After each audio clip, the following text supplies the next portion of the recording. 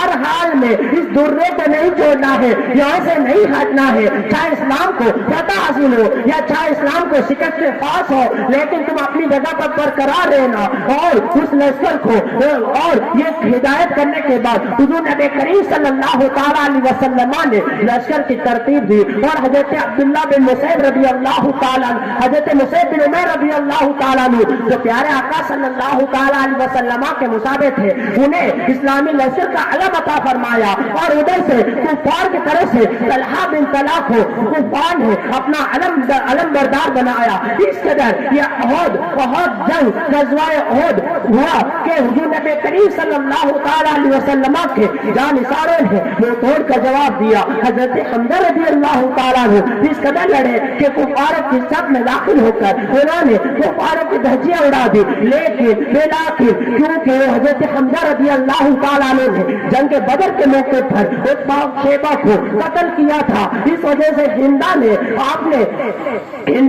اپنے غلام، بلکہ ان کے ایک غلام جن کا نام وحشی تھا، ان سے کہا تھا اگر تم نے حمزہ کو قتل کر دیا تو میں اس کے عوض تمہیں آزاد کروا دوں گی۔ وہ وحشی حضرت حمزہ کی طاق میں لگا ہوا تھا کہ جیسے ہی موقع ملے حمزہ کو قتل کر دیا جائے۔ حضرت حمزہ رضی اللہ تعالیٰ وہ جنگ میں لڑ رہے تھے، لڑتے لڑتے جب آگے بڑھے تو وہ ایسی ایک چٹان کے پیچھے چھپا ہوا تھا، اس نے اپنے بنسی سے یا باہر نیزے سے حضرت حمزہ کے اوپر وار کیا اور وہ نیزہ پھینکا۔ حضرت حمزہ رضی اللہ تعالیٰ سے وہ نیزہ ناک پہ لگا اور وہ حضرت حمزہ رضی اللہ تعالیٰ جب گر گئے، لیکن پھر بھی آپ نے قوت جمع کر کے اٹھے اور اس کا پیچھا کیا، لیکن زخم اتنا گہرا تھا کہ آپ وہیں گر کر شہید ہو گئے۔ انا للہ و انا الیہ راجعون۔ اس طرح مسلمانوں نے اسلام کی آیا و بقا کے لیے اپنی جان کی قربانی پیش کی اور آنے والے تاریخ کے لیے یہ لکھ دیا کہ اے مسلمانوں، اسلام کے لیے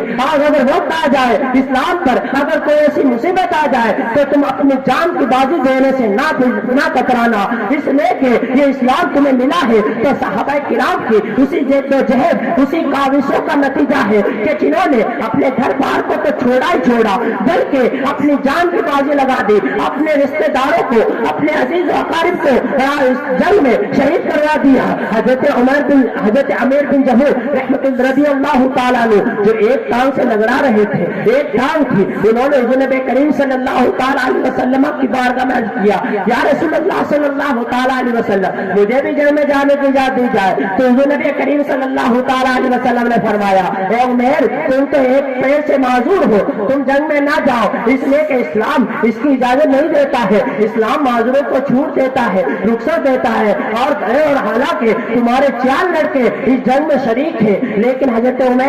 عمیر نے کہا یا رسول اللہ صلی اللہ تعالیٰ علیہ وسلم مجھے اجازت دے دی جائے، کیا میں اپنے ایک کام کے ذریعے جنت کا شرط نہیں حاصل کر سکتا ہوں؟ میرے بیٹے تو جنت میں چلے جائیں گے اور میں یہیں پر رہ جاؤں گا۔ حضور نبی کریم صلی اللہ تعالیٰ علیہ وسلم نے اجازت دے دی، اور جب وہ گھر سے نکلنے لگے تو اللہ تعالیٰ کی بارگاہ میں دعا کی، اے مولا تو مجھے اپنے رشتے داروں کی طرف واپس نہ لوٹانا، مجھے شہادت کا مرتبہ دینا۔ اور جنگ ہوئی تو حضرت عمیر بن جموع رحمت اللہ تعالیٰ نے اس جنگ میں شہید ہوئے، اور جنگ میں شہید ہو کر ان کے 4 لڑکوں نے بھی جام شہادت پیش کر لیا۔ جب جنگ ختم ہوئی ان کی بیوی آئی، انہوں نے اپنے شوہر کی لاش کو اونٹ پر رکھا اور اونٹ کو روانہ کیا تو اونٹ بجائے مدینہ کے چلنے تھے واپس احد کی طرف چلنے لگا۔ اور جب یہ معاملہ پیارے آقا صلی اللہ تعالیٰ علیہ وسلم کی بارگاہ پہنچا، حضور نبی کریم صلی اللہ تعالیٰ علیہ وسلم نے ان کے بیوی کو بلایا، کہا کہ کیا عمیر نے چلتے وقت تم سے کوئی بات کہی تھی؟ کہا ہاں یا رسول اللہ صلی اللہ تعالیٰ علیہ وسلم، انہوں نے چلتے وقت اللہ تبارک و تعالیٰ کی بارگاہ میں دعا کی تھی، اے مولا مجھے شہادت کی موت دینا اور مجھے میرے گھر کی طرف واپس نہ لوٹانا۔ تو حضور نبی کریم صلی اللہ تعالیٰ علیہ وسلم نے فرمایا یہی وجہ ہے اللہ تبارک و تعالیٰ نے ان کی دعا کو قبول فرمایا ہے، اب یہ گھر جانے کو تیار نہیں ہے، اس لیے انہیں یہی دفن کیا جائے۔ یہ تھا صحابہ کرام کا جوش انتخاب کہ وہ کس قدر کفار کے مقابلے میں سخت تھے، لیکن جب باری آتی اپنوں کے مقابلے میں تو سخت نہیں بلکہ نرم دل ہوتے، ایسا گزارا کرتے۔ اور آج ہمارا حال یہ ہے کہ ہم اپنوں کے مقابلے میں نرم دل کے بجائے ایسا دل ہے بھائی بھائی کا دشمن بنا ہوا ہے, بھائی بھائی سے روٹا ہوا ہے. یہ کہاں ہے مسلمانوں میں جذبہ؟ ذرا تم صحابہ کرام کی تاریخ کو دیکھو. جب ہم تاریخ سنتے ہیں تو ہمارا یہ بھی مقصد ہونا چاہیے کہ صرف سننے پر ہی محدود نہ کیا جائے بلکہ اس پر عمل کرنے کی کوشش کی جائے کہ جس طرح صحابہ کرام نے جان نثاری کر کے حضور نبی کریم صلی اللہ علیہ وسلم پر اپنی جان کو نچھاور کر دیا, لیکن جب اپنوں کی باری آتی تھی تو کس قدر مشفقانہ رویہ اختیار کرتے. اگر صحابہ کرام سے کوئی غلطی ہو جاتی تو ایک صحابی دوسرے صحابی کو اپنا بھائی سمجھ کر, مسلمان بھائی سمجھ کر معاف کر دیتا. لیکن آج ہمارا یہ حال ہے کہ باپ بیٹے سے روٹا ہوا ہے, بیٹا باپ سے روٹا ہوا ہے, بھائی سے نہیں بنتی ہے, بیوی اور ساس بہو کی نہیں بنتی ہے. یہ کہاں کا رویہ ہے کہ ہم جن صحابہ کرام کے ماننے والے ہیں, جس رسول ہاشمی صلی اللہ علیہ وسلم کی زندگی پر عمل کرنے والے ہیں, کیا انہوں نے ہمیں یہی درس دیا ہے, کیا انہوں نے یہی سبق دیا ہے کہ صحابہ کرام نے اسی لیے اپنی جان کی قربانی دی تھی, کہ صحابہ کرام نے اسی لیے اپنے گھر بار کو چھوڑا تھا, اپنے مال و متا کو اسلام کی راہ میں قربان کیا تھا؟ نہیں, بلکہ ان کا مقصد حقیقی یہی تھا کہ اسلام دنیا میں پھیلے تو اپنے کردار کے وجہ سے پھیلے. جب اسلام دنیا میں پھیلے تو اپنے کردار, اپنے حسین چہرے کے ذریعے پھیلے. کہ آج مسلمانوں نے اپنے رویے کو حضور نبی کریم صلی اللہ علیہ وسلم کے خلاف اپنا رویہ اختیار کر لیا ہے. اپنا رویہ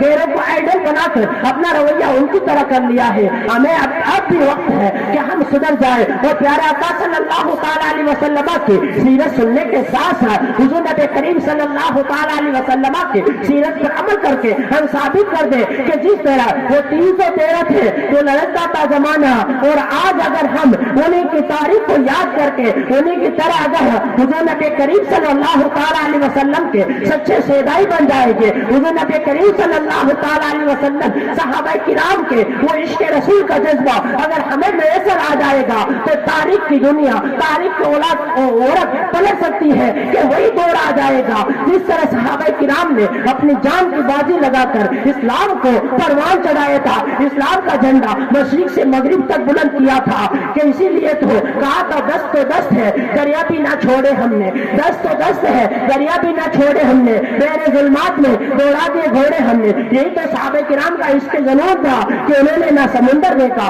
نہ دریا دیکھا, نہ آگ کے لپٹے دیکھے, بلکہ اپنی جان کی بازی لگا کر اسلام کو ہمیشہ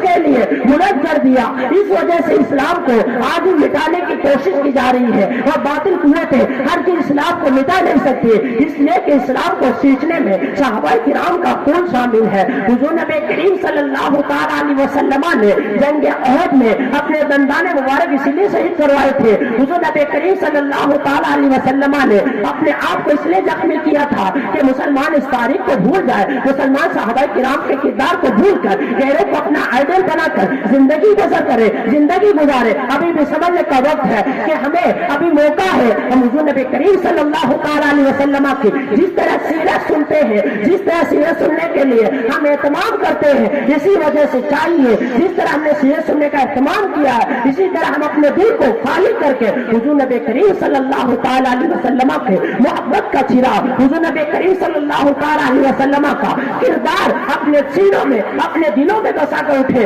انشاءاللہ تعالی ہمارا یہاں بیٹھنا بھی کامیاب ہوگا اور ہمارا یہاں دنیا میں رہنا بھی کامیاب ہوگا. اللہ تبارک و تعالیٰ کی بارگاہ میں دعا ہے کہ اللہ تبارک و تعالیٰ کہنے سننے سے زیادہ اس پر عمل کرنے کی توفیق عطا فرمائے. اس بیان میں قصدن سے غلطی مولا تو اپنے فضل و کرم سے معاف فرما. وعلینا الی البلاغ. السلام علیکم.